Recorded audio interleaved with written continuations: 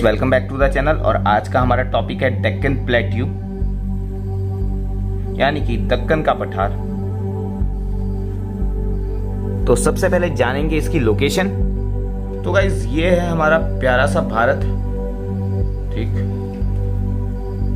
आपको अच्छे से मालूम है ये है गुजरात वाला पोर्शन और ऊपर है राजस्थान। तो गुजरात से लेकर राजस्थान एक पर्वत श्रेणी जाती है जिसे अरावली हिल्स बोलते हैं।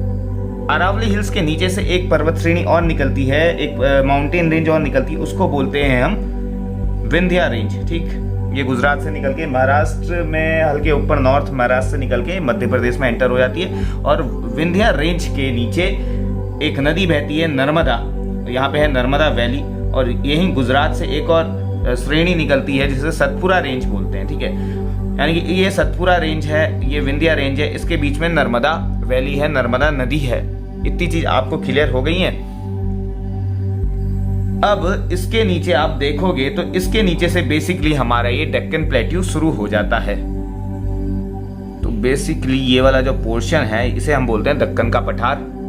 इस दक्कन के पठार को, इस डेक्कन प्लेट्यू को भी हम 3 पार्ट्स में डिवाइड कर लेते हैं। और ये 3 पोर्शन जो हैं, Deccan trap, plateau of Karnataka, plateau of Andhra. So ये तीनों चीज मिलके बनाती हैं दक्कन प्लेट्यू यानी कि दक्कन का पठार। अब आपको मैंने ये 3 चीज इसलिए बताई क्योंकि आपको पता है ये विंध्या श्रेणी है। विंध्या श्रेणी के नीचे नर्मदा नदी बहती है। नर्मदा नदी के बाद में ये जो रेंज है, ये जो श्रेणी है, इसे सतपुरा श्रेणी बोलते हैं। और सतपुरा श्रेणी के बाद एक नदी बहती है तापी नदी। ठीक है, तो बेसिकली अगर हम कहीं पे लिखते हैं तो हम देखेंगे कि it is the plateau which is situated in south of Tapi river and it is in a triangular form. तो ये चीज तो आपको समझ में आ रही है। एंड इस डेक्कन प्लेट्यू के अंदर flowing areas are included. First Deccan trap, plateau of Karnataka और प्लेट्यू ऑफ आंध्र। और आपको एक रोचक बात बताऊं तो ये जो तापी रिवर है, तापी रिवर से ये जो दक्कन प्लेट्यू, दक्कन का पठार शुरू होता है, यहीं से हम बोलते हैं कि साउथ इंडिया लग जाता है। ठीक है, तो कंफ्यूजन होती है ना कि साउथ इंडिया यहाँ से लगता है, यहाँ से लगता है। तो साउथ इंडिया जो दक्षिण भारत है उसको हम यहाँ से नीचे काउंट करते हैं। ठीक है, और ऊपर वाला जो हो गया सेंट्रल हाईलैंड, और ऊपर वाला आपको पता ही है नॉर्थ इंडिया जहाँ पे हिमालयाज वगैरह है। तो बात करेंगे अपने पहले वाले पॉइंट से, दक्कन ट्रैप। इसी दक्कन ट्रैप को हम डेक्कन लावा नाम से भी जानते हैं। और दूसरा मैंने आपको बताया था प्लेट्यू ऑफ कर्नाटका, तो इसको हम मैसूर नाम से भी जानते हैं। और तीसरा जो है प्लेट्यू ऑफ आंध्र, इसको हम तेलंगाना प्लेट्यू भी कह सकते हैं। सो ये जो पहला वाला है दक्कन ट्रैप या दक्कन लावा जिसे बोलते हैं, तो ये फॉर्म हुआ है वॉल्केनिक इरप्शन से। अब ये वॉल्केनिक इरप्शन आप समझते होंगे, तो जब भूगर्भ के अंदर कुछ ऐसी हलचल, कुछ ऐसी मोशन मूवमेंट्स होता है, ठीक है, तो सडनली, मैं आपको एक शॉर्ट एक इजी वे में बता रहा हूँ, सडनली क्या होता है कि इसका यहाँ पे इरप्शन हो जाता है। और इरप्शन होके एक वॉल्केनो, एक लावा निकलता है अंदर से। जब मैग्मा काफी ज्यादा गर्म हो जाता है तो लावा जब बाहर निकलता है तो वॉल्केनो के फॉर्म में निकलता है। अब ये अंदर से अपने संग बहुत सारी ऐसे पदार्थ लेके आता है, बहुत ऐसी नई नई संरचनाएं वाले पत्थर लेके आता है, यानी कि बड़े बड़े ऐसे, आप समझ रहे ना मैं क्या कहना चाह रहा हूँ, पार्टिकल्स लेके आता है, जिससे फाइनली एक लैंड मास की संरचना हो जाती है। ठीक है, और वो लैंड मास जो है हम ज्यादातर उसे प्लेट्यू के नाम से जानते हैं, या कहीं पे उसे माउंटेन का फॉर्म ले लेता है। तो ये होते हैं वॉल्केनिक इरप्शन। तो इस क्षेत्र में जब ये वॉल्केनिक इरप्शन हुआ और जो बाहर से जो पदार्थ आए, अंदर से निकल के बाहर आए, तो उससे बना हमारा बेसल्ट रॉक। ठीक है, ये जो लावा फूट के आया ना बाहर, उससे जो स्ट्रक्चर तैयार हुआ उसे बोलते हैं बेसल्ट रॉक। और ये जो बेसल्ट रॉक, जो बड़ा सा जो प्लेट्यू तैयार हो गया, यहाँ पे किसका रिजल्ट था? ये वॉल्केनिक इरप्शन का रिजल्ट था। और ये फॉर्म हुआ था आपका पेटिशियस पीरियड पर। ये पेटिशियस पीरियड क्या है, आर्कियन एरा क्या होता है, ये सारी चीजें आप समझते होंगे। नहीं समझते तो नेक्स्ट वीडियो में कभी मैं बता दूंगा अच्छे से। So for the time being आप जो है ये टाइम डिवीजन समझ लीजिए एक लाइन में। Aeon, era, period, epoch, age. हम बोलते हैं प्री कैम्ब्रियन एज, हम बोलते हैं आर्कियन, हम बोलते हैं हेडियन। ठीक है, तो ये सारी चीजें एक अलग कॉन्सेप्ट है। तो इस बार के लिए अभी ये समझ लीजिए कि ये जो है इसका जो टाइम डिवीजन था, ये जो फॉर्म हुआ डेक्कन ट्रैप, ये पेटिशियस पीरियड में फॉर्म हुआ। यानी कि ये टाइम डिवीजन वो डिवीजन है जहां पर आप इजीली जो है रिलेशनशिप निकाल सकते हैं कि कौन कौन से जो इवेंट्स हुए होंगे किस पीरियड पे हुए होंगे, क्या वो इयॉन पीरियड पे हुए हैं, क्या एरा पीरियड पे हुए, अर्थ का फॉर्मेशन कब हुआ, लाइफ जो है अर्थ में कब सस्टेन हुई, ठीक है, जो यूनिसेल्युलर ऑर्गेनिज्म होते थे फर्स्ट टाइम उनको जो है कब यहाँ पे सर्वाइव करने लगे। तो ऐसी सारी चीज़ें, वाटर का फॉर्मेशन, ओशन का फॉर्मेशन कब हुआ, ये सारी चीज़ें इसमें काफ़ी डिटेल है, तो यहाँ पर अभी नहीं जाएंगे, बिल्कुल टाइम का वेस्ट होगा। So for the time being आपने समझा कि जो डेक्कन ट्रैप या डेक्कन लावा है which is the part of Deccan plateau, it was formed in Cretaceous period, ठीक है। अब इस वाले क्षेत्र में जो ये पठार फॉर्म हुआ है, यहाँ पे नाव अभी जो है बढ़िया करके यहाँ पे ब्लैक सॉइल पाई जाती है, and this black soil is very fertile, और यहाँ पर कॉटन प्रोडक्शन होता है, यानी कि कपास का उत्पादन होता है, ठीक है। कौन से वाले रीजन में, डेक्कन प्लेट्यू के जो डेक्कन ट्रैप और जो डेक्कन लावा जो फर्स्ट वाला मैंने डिवाइड किया हुआ उस पे। और ये बेसिकली मैं आपको बताऊं ना, इंडिया के अगर मैप में, तो गए शब्दों की हेरफेर हो गई, ये पेटेसियस नहीं कैटेसियस है, ठीक है, sorry for that, C for cat. अब आपको मालूम है सतपुरा रेंज यहाँ पर ऐसे करके है, ठीक, तो इससे नीचे वाला जो सारा पोर्शन है ये महाराष्ट्र वाला, बेसिकली यहाँ पर है दिस क्या, दक्कन ट्रैप या दक्कन लावा, ठीक। अब इस रीजन में एक लेक है जिसको हम लोनार लेक नाम से जानते हैं, ठीक। बात करें इसके क्रिएशन की, ये फॉर्म कैसे हुई है लोनार लेक यहाँ पर, तो बहुत सारे विद्वान हैं जो कि बोलते हैं कि ये जो है इसका जो क्रिएशन हुआ है ये मेटेरॉइड्स के आपस में टकराने के कारण हुआ है, यानी कि due to collision of meteoroids. और विद्वानों का एक दल ये भी मानता है कि it is a crater lake. Anyone from you who are विद्वान, who is a great scholar, please mention in the comment section कि व्हाट इज क्रेटर लेक। लेकिन अगर ऑफिशियली मैं आपको बताऊं तो जो जियोलॉजिकल सर्वे ऑफ इंडिया है, इनका मानना है कि this lake is created due to collision of meteoroids. तो ये विद्वान यही हैं। आप भी सारे के सारे विद्वान बैठे, तो आप लोग का क्या कहना है?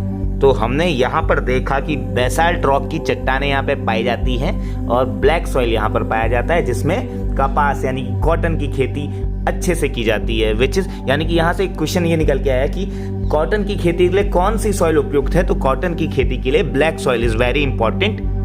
गोदावरी नदी जो है वो यहीं से निकलती है, ड्रेन्स फ्रॉम हेयर।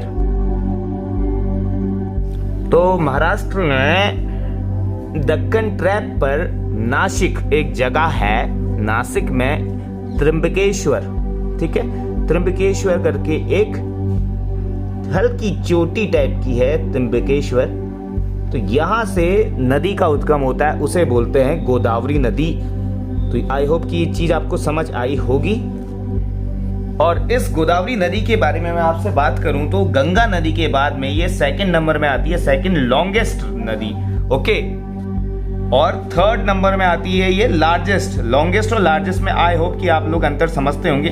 लॉन्गेस्ट मतलब ये कितनी लेंथ कवर करती है और लार्जेस्ट मतलब कितना इसमें वॉल्यूम है, अमाउंट वाटर पानी का, यानी कि कितना क्षेत्रफल पानी, यानी कि कितना अमाउंट ऑफ वाटर ये कैरी करती है। बेसिकली बस इतने से आप समझ लीजिए। तो इसकी अगर मैं एग्जैक्ट लोकेशन आपको बताऊं तो ये आप ये दक्कन का प्लेट्यू जो ट्रायंगुलर शेप में है इसे देख लीजिए, और इसमें जो 16 डिग्री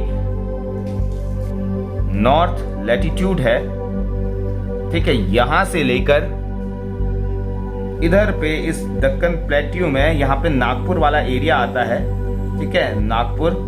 तो इसका एक्सटेंशन यहां से लेके इस नागपुर तक जो है फैलाव है, ठीक।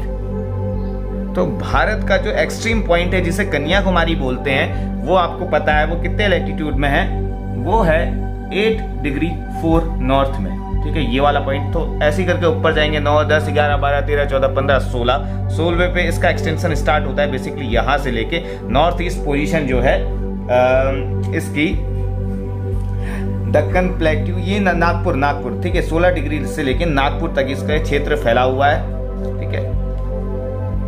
अब इसमें जो मेन पर्वत मैं आपको बताऊंगा काफी इंपॉर्टेंट, आपने काफी बार सुने भी होंगे, सतमाला, अजंता, बालाघाट और हरिश्चंद्र, ठीक है, ये सारे इस रीजन में हैं, यानी कि ये सारे के सारे दक्कन ट्रैप में हैं और इसे हम दक्कन लावा के नाम से भी जानते हैं। और यहाँ पे जो माउंटेन पासेस होते हैं, यानी कि एक पहाड़ी से दूसरे तरफ जाने के लिए, आर पार जाने के लिए जो पासेस बनाए जाते हैं, जैसे इसको तिब्बत वाले रीजन में ला कहते हैं, ला नाम आता है ना, जैसे नाथुला, ठीक है, जोजिला है, तो वैसे in the same manner and in the same sense यहाँ पर जो ये यूज हो रहा है घाट, घाट का मतलब भी पास होता है। तो ये बेसिकली अगर जैसे ये पेनिनसुलर इंडिया हम देख रहे हैं, ठीक है, यहाँ पर है, ये है वेस्टर्न घाट्स, ये है ईस्टर्न घाट्स, ठीक। तो ये जो कोस्टल एरिया है, ठीक है, वेस्ट कोस्ट एरिया, ये है ईस्ट कोस्ट एरिया। तो इस वाले पोर्शन में जैसे मुंबई हमारा यहाँ पर है, मुंबई से अगर हमें पुणे जाना होगा जो पर्वत के इस तरफ है, तो हम किसका यूज करेंगे, हम पास का यूज करेंगे, और उस पास को यहाँ पे घाट बोला जाता है। और बेसिकली मुंबई से पुणे को जो घाट यानी कि जो पास कनेक्ट करता है उसे बोलते हैं भोर घाट।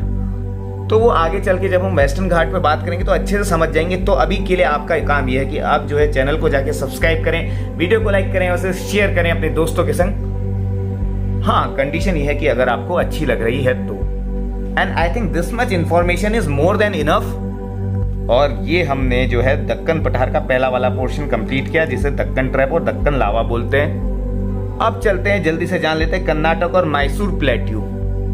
सो ये जो था, ये था दक्कन ट्रैप जो कि महाराष्ट्र वाले लोकेशन में था। अब नीचे हम देखेंगे तो ये आपका कर्नाटक स्टेट है, तो कर्नाटक स्टेट है तो यहाँ पर होगा क्या, कर्नाटक या फिर मैसूर प्लेट्यू, ठीक। तो इतनी चीज आपने जानी है और इसके बारे में भी काफी अच्छे से मैं आपको बताने वाला हूँ।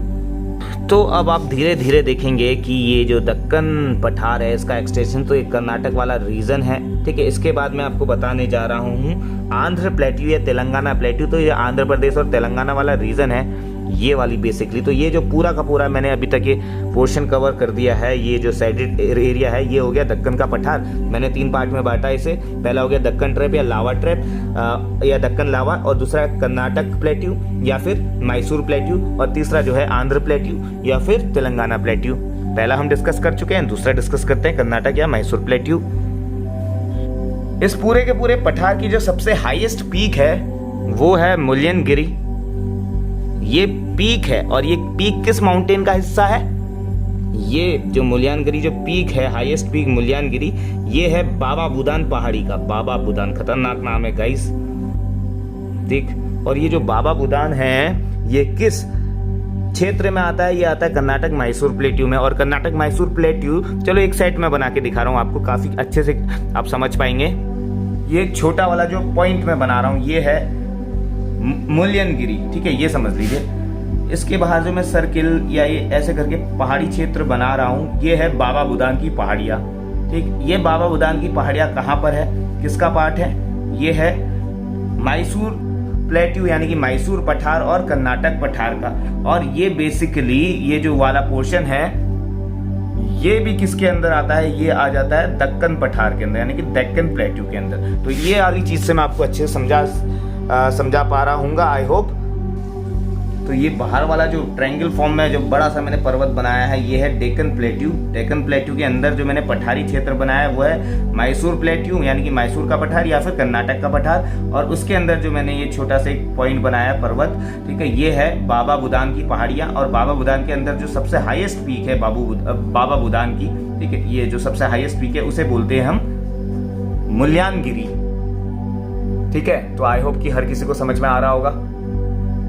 तो एक बार फिर से हम इस प्लेट्यू को लेते हैं, मैसूर का जो पठार है, ठीक। तो देखिए पठार और ये माउंटेन्स वगैरह कहीं पे एक जैसी रेंजेस तो होती ना इनमें, कहीं पे हाईएस्ट होता है, कहीं पे लोवेस्ट जगह होती है, कहीं पे ऊंचे उठे होती हैं जगह, ठीक है, जो सरफेस होता है, और कहीं पे नीची नीची बैठी होती है। तो वैसे यहाँ पर भी है। तो यहाँ पे जैसे मान लीजिए इतना वाला जो पोर्शन है थोड़ा अपर पोर्शन है, अपर रीजन है, थोड़ा हिली रीजन है इस वाले क्षेत्र का, और बाकी ये प्लेन वाला क्षेत्र है। जैसे अपने उत्तराखंड में हल्द्वानी और नैनीताल है, जैसे वेस्ट बंगाल में दार्जिलिंग और नीचे जलपाईगुड़ी है, ठीक है। तो ये वाली चीज है।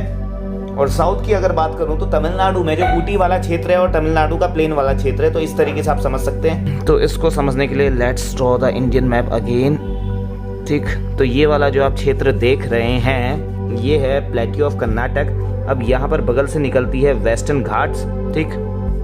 तो ये वेस्टर्न घाट्स के जो एडजॉइनिंग आपको पर्वत श्रेणी या ऊंचा यानी कि एलिवेटेड पॉइंट दिख रहा है, एलिवेटेड पोर्शन दिख रहा है, एलिवेटेड इस प्लेट्यू का एलिवेटेड पोर्शन आपको दिख रहा है, इसको बोला जाता है मलनाड। ठीक है, ये मैं एग्जाम्पल के लिए बता रहा हूँ आपको। ठीक है, यहाँ पर ये ऐसी इस लोकेशन पे आपको नहीं दिखेगा।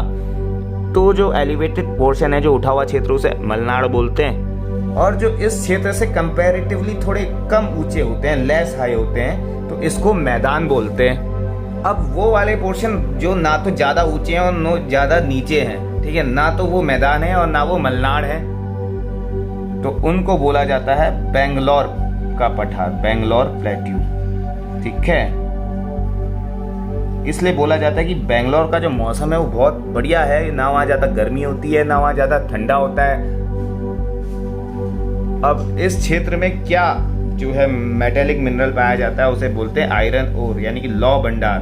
ठीक है, तो यहाँ पे ज़्यादा मात्रा में लोहा वगैरह का आप अच्छे से यहाँ पे देखेंगे कि इसका प्रोडक्शन ज़्यादा क्वांटिटी में होता है और सबसे ज़्यादा अधिक मात्रा में ये आयरन ओर पाया जाता है। ये जो मैंने आपको बताया था बाबा बुदान, ठीक है, बाबा बुदान वाला जो पहाड़ी क्षेत्र है वहाँ पर।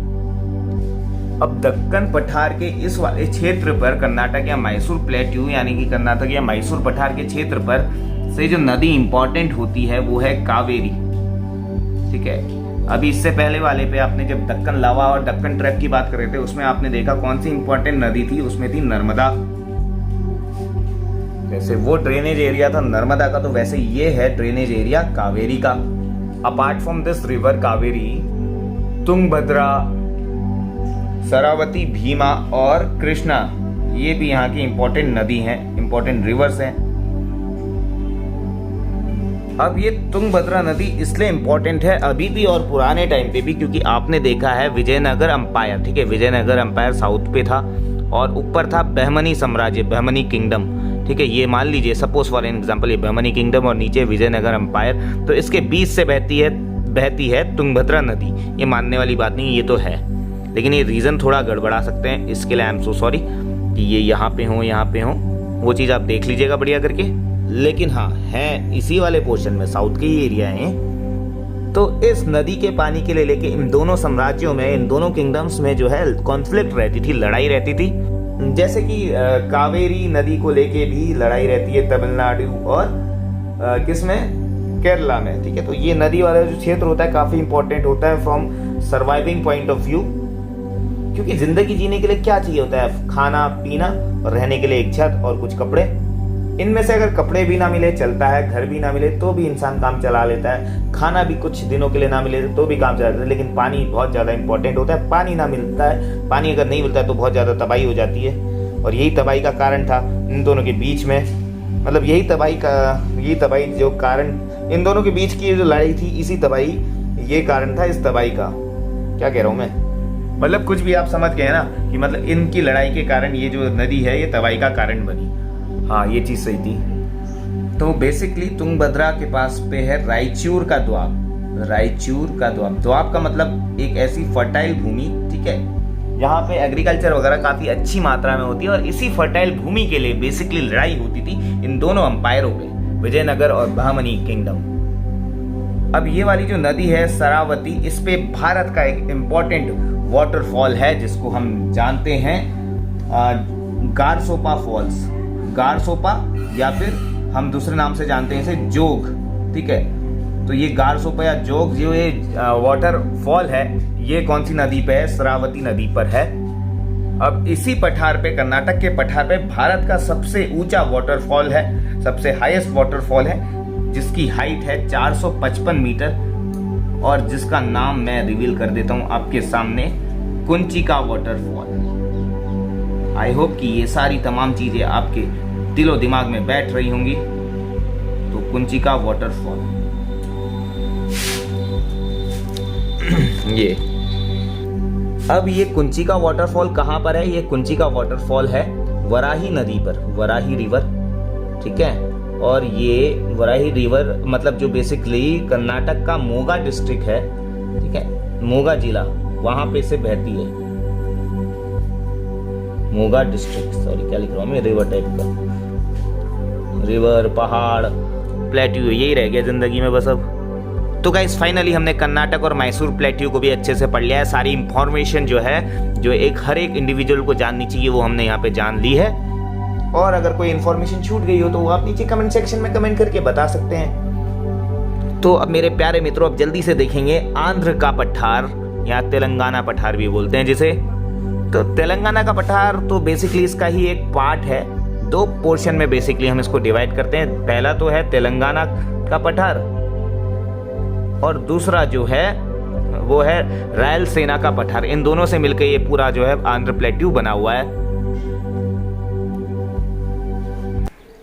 तो नाम से आप लगा ही सकते हैं कि इसका एक्सटेंशन दोनों राज्यों में है, आंध्र प्रदेश में भी और तेलंगाना में भी। तो जैसे मान लीजिए ये वाला जो क्षेत्र है, जो इसका नॉर्थन पोर्शन है, इसको तो हम बोल देंगे क्या, तेलंगाना का पठार। और जो इसका सदर्न पोर्शन है जो अभी आंध्र प्रदेश के अंदर आता है उसे बोलते हैं रायलसीना। ठीक है, ये हो गया रायलसीना और ये हो गया तेलंगाना। तो आई होप कि ये भी चीज़ आपको अच्छे से समझ आ रही होगी। और अगर आ रही है तो प्लीज़ अपने फ्रेंड्स को भी रिकमेंड कर दीजिए। अब इन दोनों ही पठारों का जो झुकाव है ना वो ईस्ट की तरफ है, यानी कि ऐसे मान लीजिए जैसे ये मेरा एक ये हाथ है, ये ज़मीन है, तो ऐसे करके ईस्ट की तरफ इनका झुकाव है, यानी कि जो नदी यहाँ से बहेंगी इस तरफ बहेंगी। सो इन दोनों की आपने लोकेशन देख ली है अभी तक आप समझ गए होंगे कि रायलसीना का पठार कहाँ पर है और तेलंगाना का पठार कहाँ पर है। तो ये जो आंध्र प्रदेश वाला जो रीजन है, आंध्र प्रदेश वाला रीजन और तेलंगाना वाला जो कंबाइंड रीजन है, ठीक है, तो इसका जो मैंने आपको बता दिया, तो ऊपर वाला पोर्शन है वो तेलंगाना प्लेट्यू कहलाता है और जो नीचे वाला पोर्शन है बेसिकली जो कि आंध्र प्रदेश का हिस्सा है वो जो है रायलसीना का प्लेट्यू कहलाता है। ठीक है, ये वाली चीज़ क्लियर हो गई। अब दूसरी चीज़ मैं आपको ये बताता हूँ कि इसका जो कृष्णा रिवर है, कृष्णा रिवर के कंटेक्स्ट में अगर बात करें तो तेलंगाना जो है, ठीक है, तेलंगाना जो है ये कृष्णा रिवर के नॉर्थ में है। ठीक है, यानी कि ये कृष्णा रिवर है, कृष्णा रिवर का ये है बहती है कृष्णा रिवर के नॉर्थ में, यानी कि उत्तर पोजीशन में, वही वाली बात हो गई। और उसके जो नीचे, ठीक है, कृष्णा रिवर के साउथ में, ठीक है, कृष्णा रिवर बेसिन के साउथ में जो चीज़ है, जो पठार है, उसे बोलते हैं रायलसीना। और कृष्णा रिवर के नॉर्थ में जो पठार है उसे बोलते हैं तेलंगाना। तो ये चीज़ क्लियर है। आई होप कि यहाँ तक तो आपको क्लियर होगा ही। ठीक है, और मैंने आपको एक इम्पॉर्टेंट चीज़ ये बताई कि इनका जो स्लोप है तेलंगाना और रायलसीमा का, इन दोनों का स्लोप ईस्टर्न तरफ है। ठीक है, तो ये वाली चीज़ सारी क्लियर है। अब एक इम्पॉर्टेंट चीज़ मैं आपको बताता हूँ, कोलेरू लेक। ठीक है, कोलेरू लेक जो है कृष्णा गोदावरी रीजन के बीच में, एंड ये कोलेरू लेक